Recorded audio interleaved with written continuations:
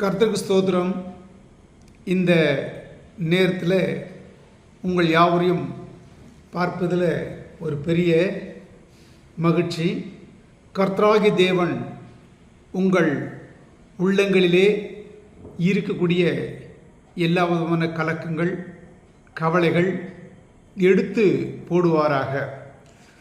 வேதத்திலே யோசுவா 1ஆம் அதிகாரத்தில் 9வது வசனம் தெளிவான ஒரு வார்த்தை சொல்கிறது. பலங்கொண்டு திடமனதாய் இரு, திகையாதே, கலங்காதே, நீ போகும் இடமெல்லாம் உன் தேவனாய் கர்த்தர் உன்னோடு கூட இருக்கிறார். தேவனுக்கு மகிமையாக பலம் கொண்டு திடமனதாய் இருக்க வேண்டும்.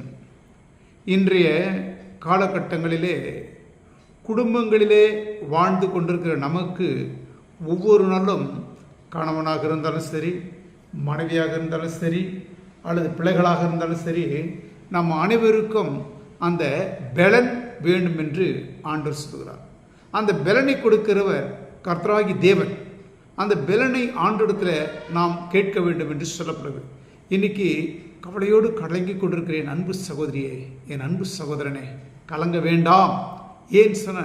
கலங்காதே, திகையாதே, நான் உன் தேவன், உன்னை நான் பலப்படுத்துவேன், என் நீதியின் வலதுகரத்தினை தாங்குவேன் என்று சொல்லி ஆண்டு சொல்கிறார்.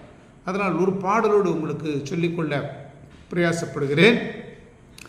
கலங்காதே, கர்த்தர் உன்னை காப்பார், திகையாதே, தேவனோடு இருக்கின்றார். கலங்காதே, கலங்காதே, கர்த்தர் உன்னை காப்பார், திகையாதே, திகையாதே, தேவனுடன் இருக்கின்றார். நீ அவர் அடியவரே, அவர் உந்தன் அடைக்கலமே, நீ இயேசு அடியவரே, அவர் உந்தன் அடைக்கலமே. கலங்காதே, கலங்காதே, கர்த்தர் உன்னை காப்பார்.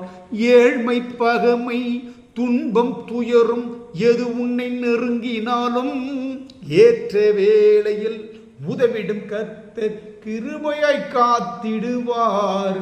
காக்கும் இயேசுவின் கருணையின் கரங்கள் உன்னை விட்டு விலகாது, உன்னை விட்டு விலகாது.